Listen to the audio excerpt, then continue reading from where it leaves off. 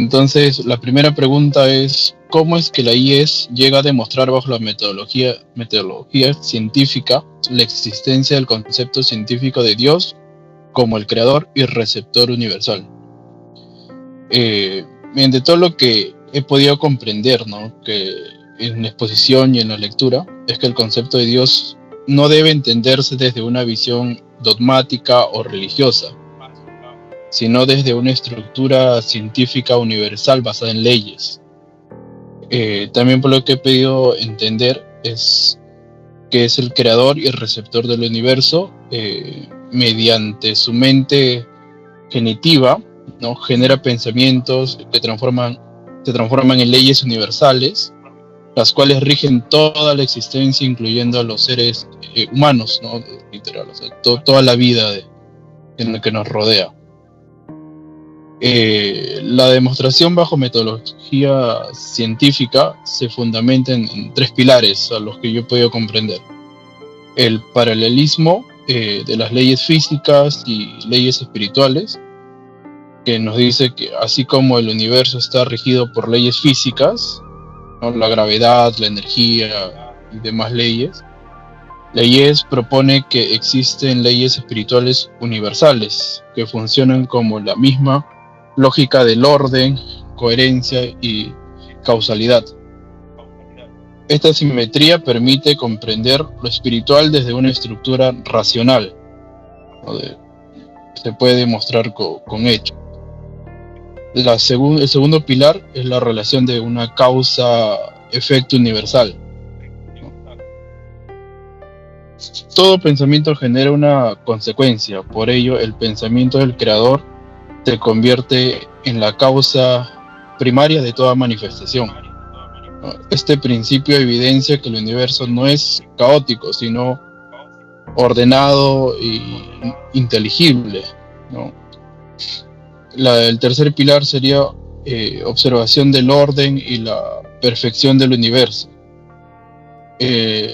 Lo que he podido comprender es que el universo posee características de equilibrio, armonía, coherencia, lo cual se evidencia en la existencia de un principio de un generador inteligente.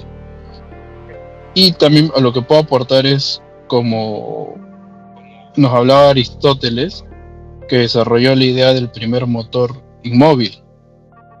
¿Qué quiere decir esto? Por ejemplo, para poner un ejemplo, si es que yo pateo una pelota, esa pelota va a mover el viento, pero ese viento que se mueve está generado por el movimiento de la pelota. La pelota se movió por la fuerza de algo más. Y entonces, si seguimos retrocediendo todo eso, algo tuvo que haber generado primero todo ese movimiento. Y Aristóteles le decía el primer motor inmóvil. Entonces eso se entiende como Dios, porque era inmóvil, porque si es que se movía, algo más tuvo que haber generado ese movimiento, otra fuerza más tuvo que haber generado ese movimiento. Es por eso que el primero siempre tiene que ser inmóvil y perfecto, ¿no? Porque el tema de tratar de nosotros perfeccionarnos también es generar energía, generar fuerza, ¿no? Eso es lo que yo he podido comprender, pero que no estar tan errado a los conceptos.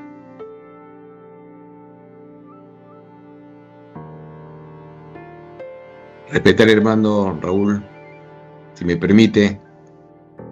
Por supuesto, hermano, adelante. Gracias.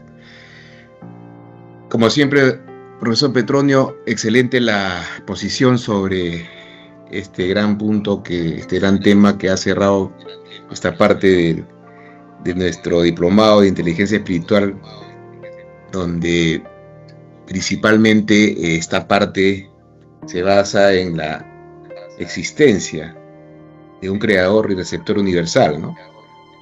Y cómo IES nos demuestra la existencia de este creador, ¿no?, que difiere mucho del concepto cientificista, ¿no? Y es ahí la esencia que tiene hoy día realmente este tema tan profundo, porque, bueno, tiene de por sí mucha trascendencia por el mismo hecho de que es la base de nuestra existencia, ¿no? La creencia de un ser superior, de un Dios.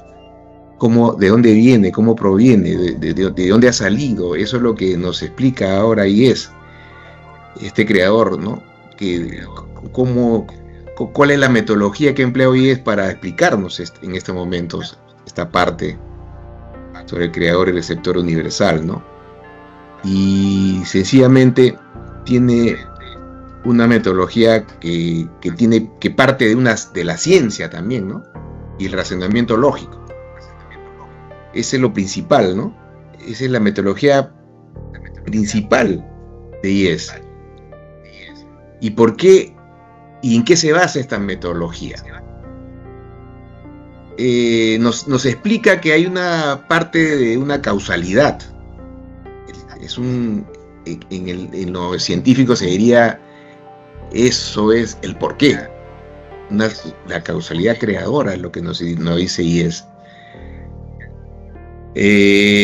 Nos explica IES que la existencia de Dios es deducida, probablemente deducida. Y a través ¿y por qué no se dice eso? ¿Y en qué está basado? En la ley de causa y efecto, ¿no es cierto? También se basa en que esta metodología, aplicando el principio de causalidad, invoca un hecho, ¿no? Que hay un hecho, que es la evolución del universo. Y ese hecho es el Big Bang, ¿no? Donde aparece la conciencia humana, ¿no? Y claro, hay una total complejidad y hay un orden que tal vez ese orden no puede estar dado de hecho al azar. Ese es el hecho real que tenemos, ¿no? Esa es la evolución del universo.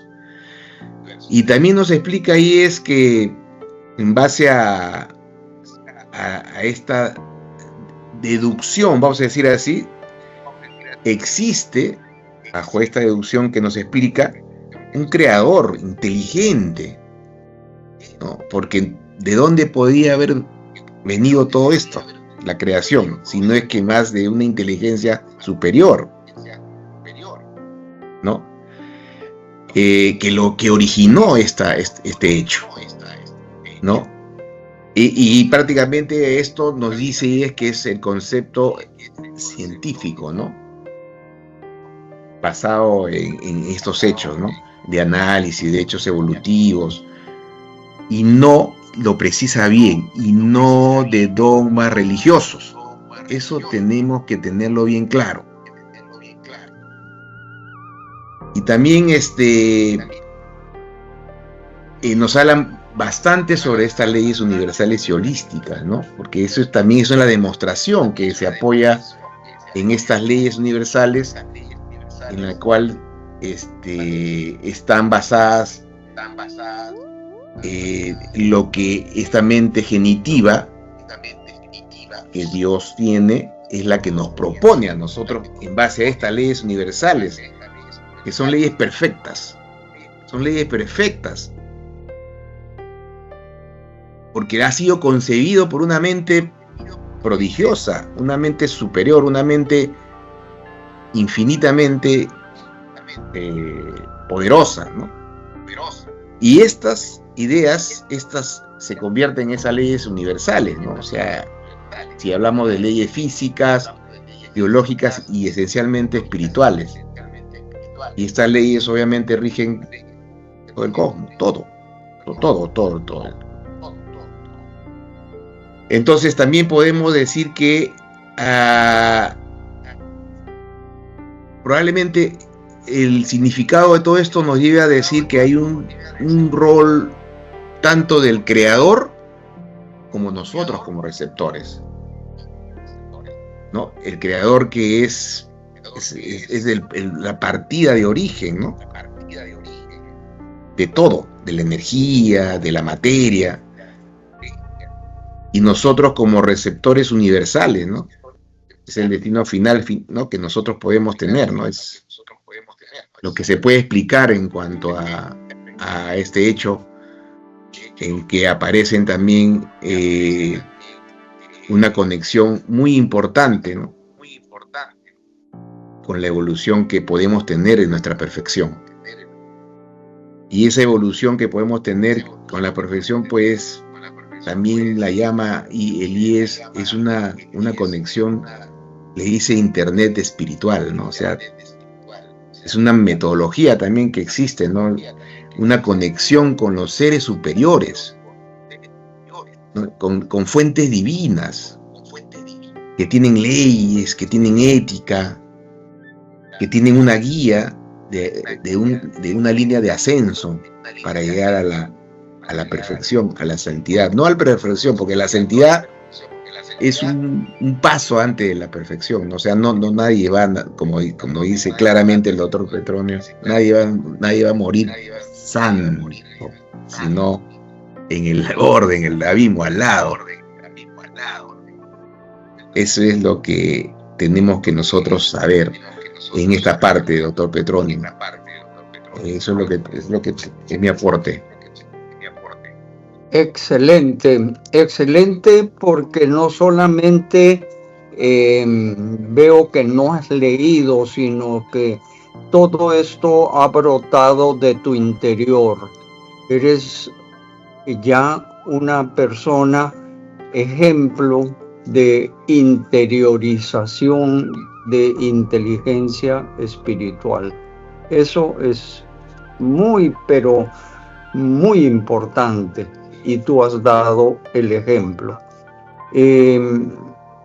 Yo solamente agregaría a lo expuesto por el amigo Diego y lo que ha hablado el hermano Marco Antonio, es que la demostración de la existencia de Dios como creador y receptor,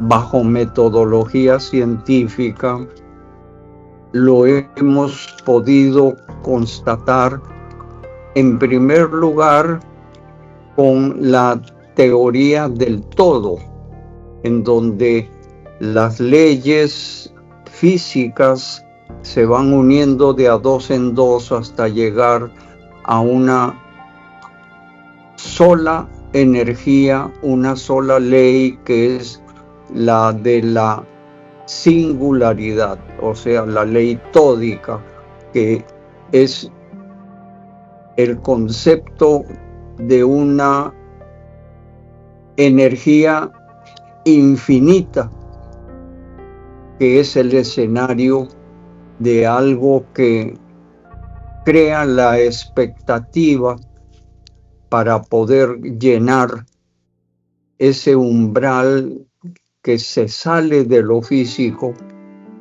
y que obviamente hemos venido utilizando para decir: ese es el escenario de Dios, la singularidad. Bueno, además de eso, está también William Tiller, que nos habla de la existencia del espacio-tiempo espiritual de una forma continuada al espacio-tiempo físico en función de la velocidad para poder establecer las energías. Y dentro de eso, él introduce un concepto que se sale de las matemáticas y entra en el reino filosófico de las asíntotas. Entonces, ¿cómo se interpreta filosóficamente las asíntotas? Obviamente, las asíntotas, que son de energía infinita, tienen total correlación con la singularidad. Y cuando hablamos de características de energía infinita, asintótica, vamos llenando ese concepto de Dios. No puede haber nada que no tenga características infinitas, no se llame Dios. Entonces eso es el preámbulo. Ahora viene el esfuerzo de encontrar 70 hechos causales, a falta de 20 que Hawking y Lodinow en su libro El Gran Diseño dice: estas 20 causalidades son puras coincidencias de hechos fortuitos. Entonces nosotros, además de 20, hemos encontrado 70. Entonces ya decimos: miren, señor Hawking, señor Lodinow, esto ya no es hecho fortuito, esto es una causalidad creadora, y esta causalidad creadora tiene que haber provenido de alguien inteligente. Entonces ya le estamos dando no solamente energías infinitas, asintóticas y de singularidad, sino que estamos dando también causalidad creadora que proviene de una mente inteligente. Entonces ya vamos configurando ese concepto científico de Dios. Dios es infinitamente creador. Dios es infinitamente inteligente.